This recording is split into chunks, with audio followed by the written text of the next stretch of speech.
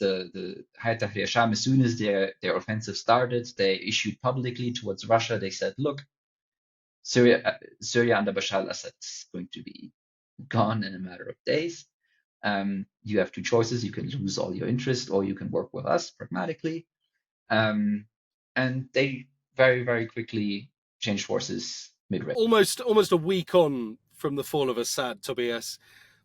In terms of what Syria will look like when the dust settles, where do you see Syria as being at the moment? How much can we read into what we already know at this stage? I mean, that's the million-dollar questions that not just pretty much all external observers, Western governments, regional governments, but even most Syrians themselves are asking. We have seen the near total collapse of the Assad regime in less than 2 weeks. Just the evaporation of what was previously the strongest among many armed stakeholders in the country.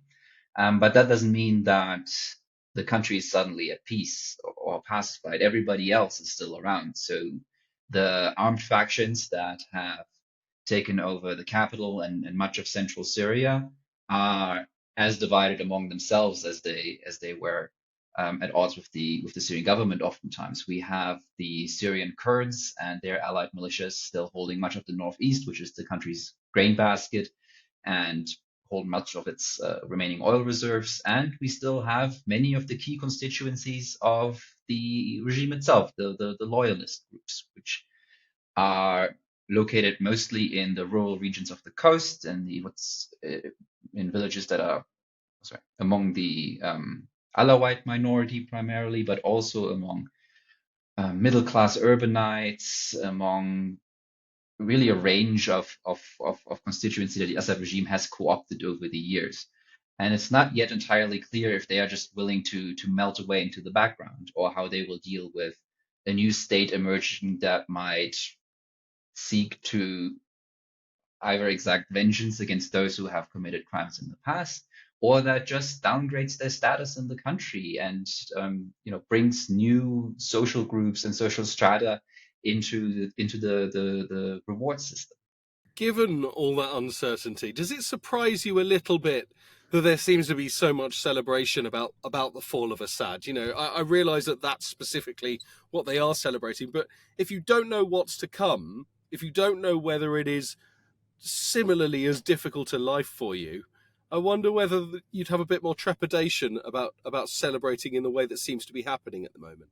I mean, I think you can have both. I think you can totally celebrate the fall of what pretty much everyone in Syria, right up to the inner regime core, admits has been an absolutely brutal, bloody regime, one of the most repressive governments, even by Middle Eastern standards, that the world has seen in the last couple of decades. Just an extraordinary amount of blood has been shed. And that bloodshed has not just been among sort of opposition-aligned social groups. If you are an Alawite from the coast who has been sort of tied through bloodshed to the Assad regime, you will invariably have lost a family member, a son, a husband, a nephew, anyone, to the war itself. I mean, everybody has been bled dry, and the economic collapse in the country has affected absolutely everyone. So even if you were in some way maybe a die-hard loyalist who could never imagine staying in Syria without Bashar al-Assad, and those are few, one has to say, you will still breathe a certain sigh of relief at the mere opportunity of a new start, at the mere option of a new life, of a new Syria, however that will pan out. For about half a century now, for 50 years, people in Syria have known nothing but Syria al-Assad, Syria of Bashar and previously his father Hafez al-Assad. There was no, except for a brief interlude after the revolution, chance to dream, and now there is. Obviously, Syrians of all ages and of all social backgrounds will also look at trepidation, at the new uncertainty and what might come, and who these new people in power are and how they will deal with them and with each other. But at least it's a new chapter, and I think there are very few Syrians on any side that haven't been dreaming of a new chapter. So a chance to dream, lovely way of putting it. I wonder whether you think that there's any chance that all the different factions that have all got different views about how they would like Syria to look in the future might actually go, do you know what? It is better that we just go anyone but Assad and get behind HTS, or is that far too simplistic? Is it also the chance to dream of your specific dream and therefore, inevitable clashes to continue? I don't think that strong centralization is necessary for the fulfillment of a Syrian dream. I think what we might hope for, what we can hope for, is a Syria that is to the largest degree possible inclusive of a lot of different ways of life.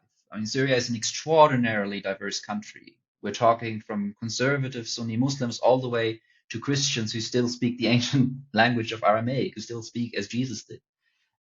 We have extremely secularist Kurdish groups. We have very conservative religious establishments. We have trading cities. We have rural backwaters. We have a small extractive oil economy, but we also have, you know, um, historically a pretty vibrant bazaar culture. It's an extraordinarily diverse country. It spans different cultures, different ethnicities, different religious groups. And the only way really to govern it at the end of the day, if you don't want to go down the route of brute force that Bashar al-Assad did, is inclusively. And we can hope that through a process that will hopefully emerge in the coming months, um, um, Syrians among themselves will find a way to establish that, maybe with help of the international community, maybe with help of regional actors. It's not really clear yet. For the moment, Hayat Tahrir al-Sham, the arguably most religiously extreme rebel group among the fray, but also the most professional and most disciplined and most technocratic um, among them. This goes a little bit hand in hand. Has taken much of the reins of power in most of the larger cities and in the central government. Um, if they don't relinquish at least some of that, there will be growing resentment among different strata of society, among different groups. But for the moment, there needs to be just somebody who, manages the trash pickup and the electricity provision and all of these things that government does on a day-to-day basis. And Hayat Tahrir al-Sham has, for the moment, taken the reign. They have kept almost all civil servants who haven't been directly famously implicated in war crimes on. They've said they can stay in their jobs if they do their jobs, which in Syria is not always a given. Um, and we'll see how it goes forward from here. But there are a lot of tough choices ahead, including de-Baathification, which Yeah, I mean, you said potentially with the help of the international community. I noticed that the G7 is meeting today. The quote that came out last night: "Ready to support an orderly transition to an inclusive, non-sectarian government." Given what you've just said about HTS, it sounds like maybe you doubt that could be them. And if so, do you anticipate that we can trust them to hand over to whatever the Syrian people decide, if at all it can be democratic, that they want something else? so the group itself is very aware of its image. They have gone to extraordinary lengths in recent years to, some would say, launder, some would say reform their perception among the people that they govern, but also that the people who are outside its territory of control, including the international community. They have really made a PR.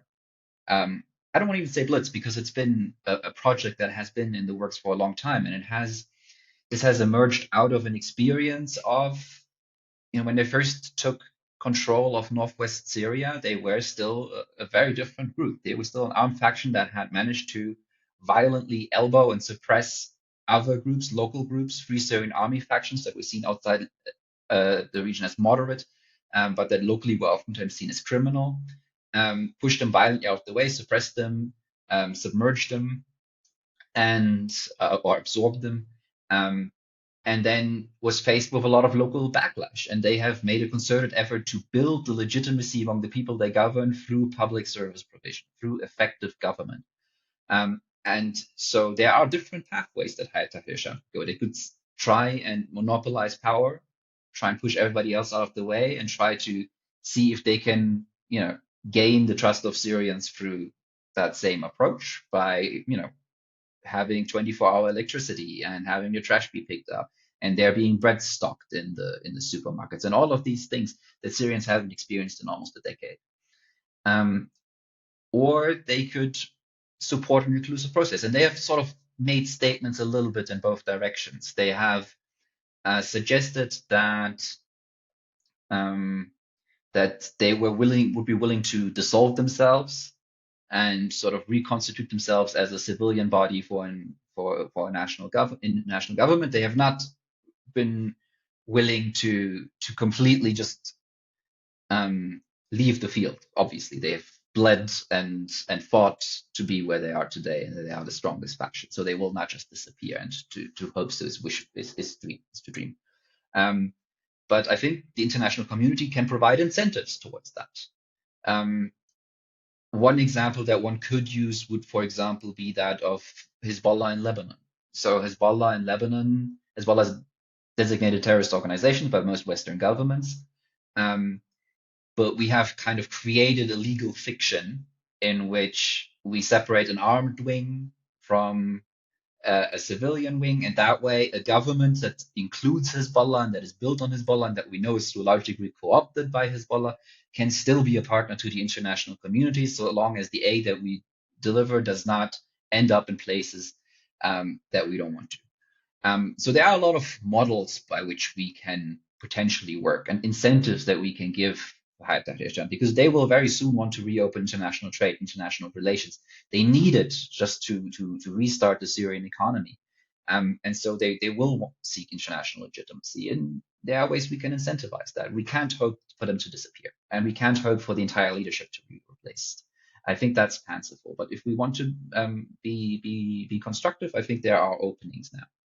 Given these potential opportunities, I imagine every country with an interest, be it Iran, Russia, Turkey, everyone, every man and his dog in the West, effectively, I guess, they must all be sort of scrambling behind the scenes to sort of understand how to respond, who exactly to respond to, what incentives they may be willing and ready to offer, and that may be accepted as well. I'm wondering what sort of intelligence gathering you think is happening in Syria right now. It must be a country that's been full of. Every country must have had intelligence people there behind the scenes. Do you think it's easy to do? Do you think they know where to go, or is it just so much chaos at the moment that you might ask the right question to the wrong people, the wrong question to the right people, and be left none the wiser if you're a governing nation elsewhere? The Syrian government, the Syrian war has been going on for almost 14 years now.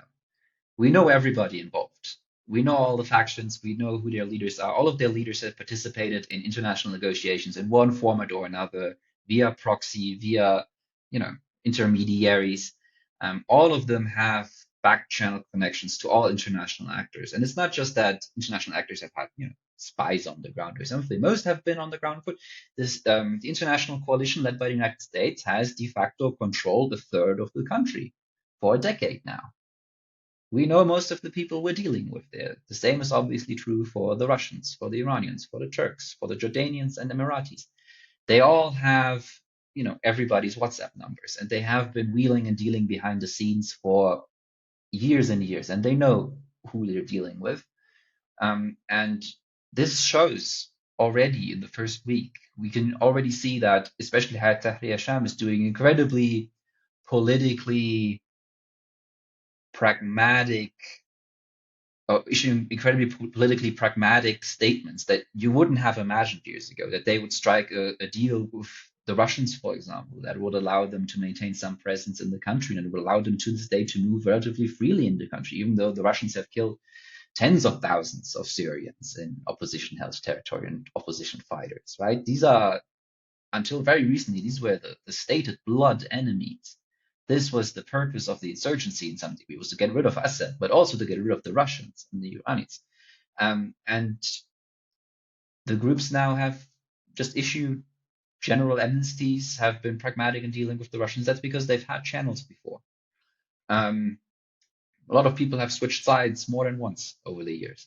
And so in terms of actually arranging it, it's not that hard. What is going to be hard is resolving the material interests. For example, the opposition is strictly split between what could be called the northern opposition, the Turkish-backed Syrian National Army and Hayat Tahrir al-Sham faction, and the southern factions, which have been backed by the Gulf Arab states, which are afraid of increasing Turkish influence. And both of them reached Damascus around the same time at the end of the day. And they will be contesting power in the city. And this will be one of the many geopolitical fault lines that will continue to run through the country in the years to come. And these are not going to away, and these are not cannot really be resolved with a single WhatsApp call or something. These are material differences, and material differences that have sparked wars in other parts of the region. So things are still very, very unstable in that regard.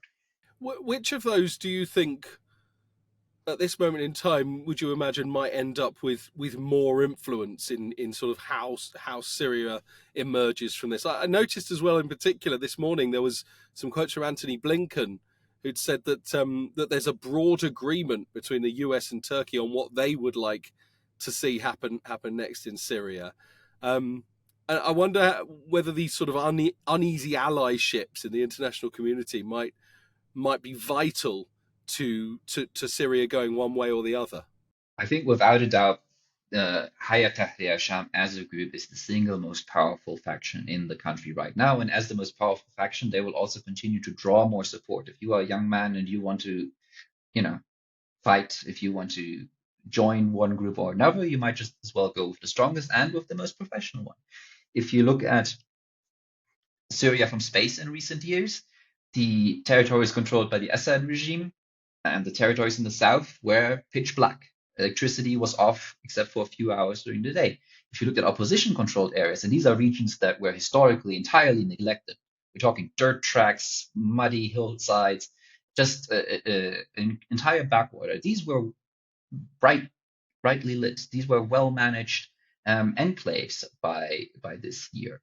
And that is because of the efficiency in government of Hayat Tahrir al-Sham and allied groups, but also because of the working relationship with Turkey.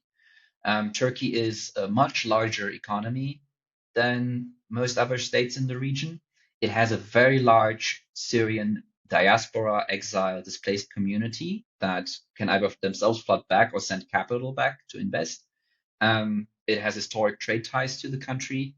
And so it is in an ideal position to really exploit the victory that they have gained for the moment. Other sides like the Gulf countries have made the mistake of leaving the Syrian battlefield too early.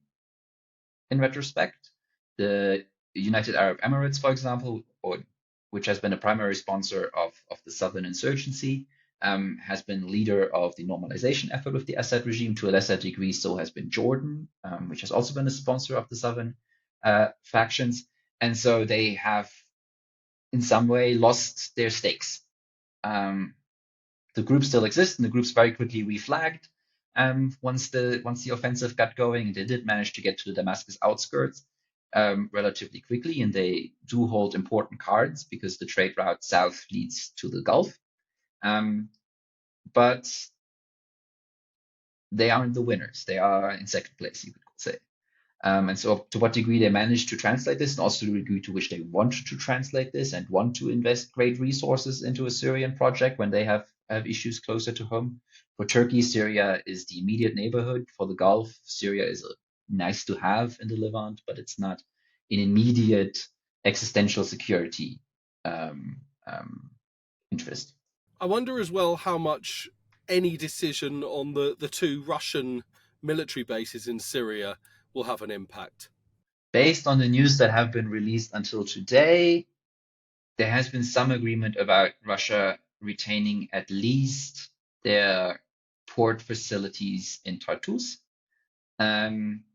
which is their main national security interest in Syria. How long such an agreement will last, how stable it will be, especially once we move towards accountability processes, who knows? But it is and was very early quite pragmatic from both sides. The Hayat Tahrir Sham, as soon as their offensive started, they issued publicly towards Russia. They said, "Look, Syria under Bashar al-Assad is going to be gone in a matter of days. You have two choices: you can lose all your interest, or you can work with us pragmatically." Um, and they very, very quickly changed forces mid-race, and they did so, you know, smartly and effectively. And it's also in Syria's interest um, not to, sorry, after speaking German all day. It's also in Syria's interest not to um, needlessly offend, at least in the short term, a P5 member of the Security Council. If we look at, for example, the sanctions that Tahrir al-Sham are facing, they are designated under the United Nations, which means to remove them, they will need approval from the UN Security Council. This means they will need approval from Russia. Same is true for lots of other, um, you know, smaller issues like trade financing. Syria is dependent on Russian grain imports, for example.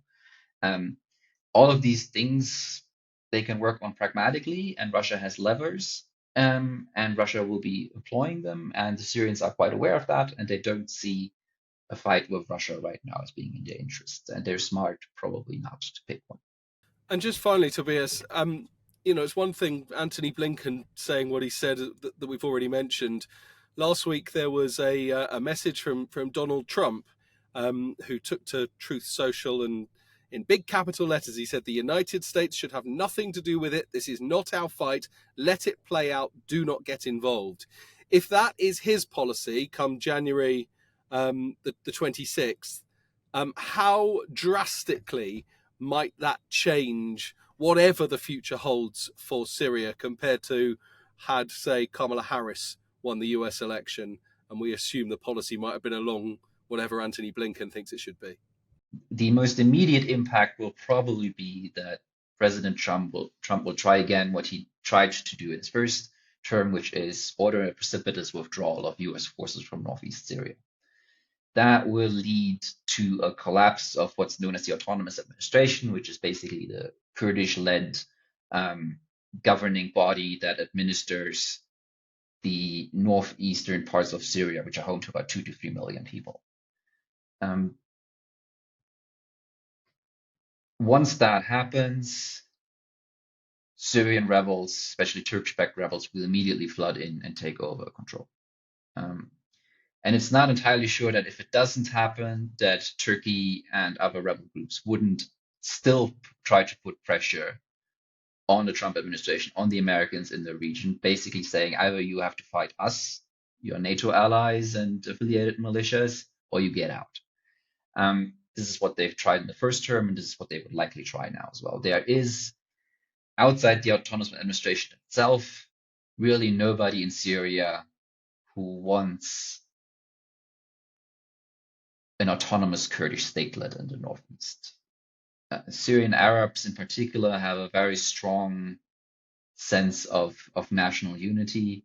The Ba'athist regime was an Arab nationalist regime in many ways and has tried to settle Arabs in majority Kurdish regions.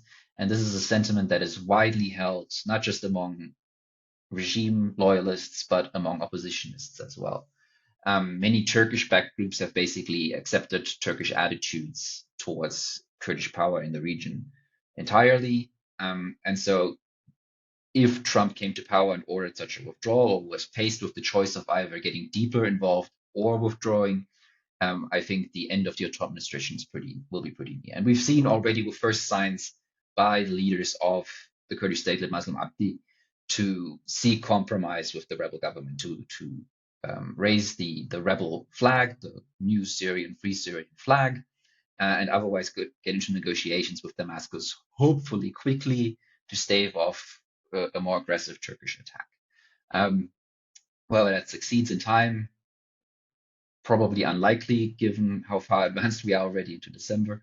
But that will be the most immediate consequence. Otherwise, of course, everyone hopes for the United States to play a constructive role, to incentivize sanctions relief. The United States has the most comprehensive sanctions regime on Syria, including secondary sanctions, which sort of bind everybody else's hands as well. The United States will use that power to incentivize an inclusive transition and to, help the most liberal and most progressive actors in the country to gain as much leverage as they can. And whether the Trump administration will actually be able to do so in practice is probably more a competency question than an intent question.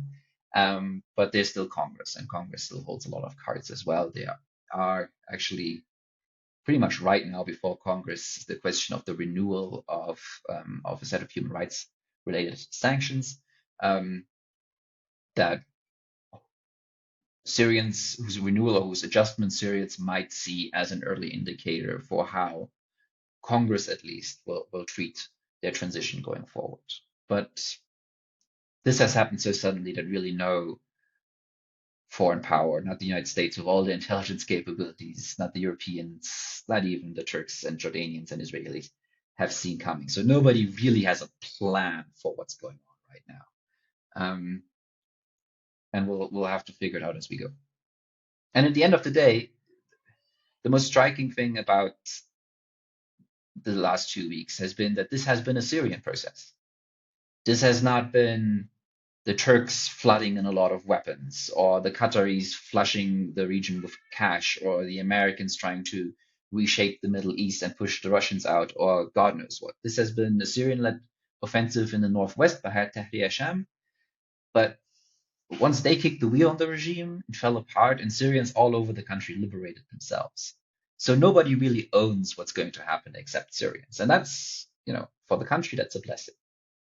Obviously, everybody will try to meddle, and everybody has their little proxies. But at the end of the day, this will have to be sorted out by Syrians. And we can't impose any institutions. And maybe in that sense, Trump's declaration of us not having any key interest in us staying as far away from this as possible might even be the most sensible foreign policy that any administration has had in a long time when it comes to the Levant. See how it plays out, see who comes out on top, see what Syrians make of it for themselves, and then deal with them on eye-to-eye level as we deal with other states as well.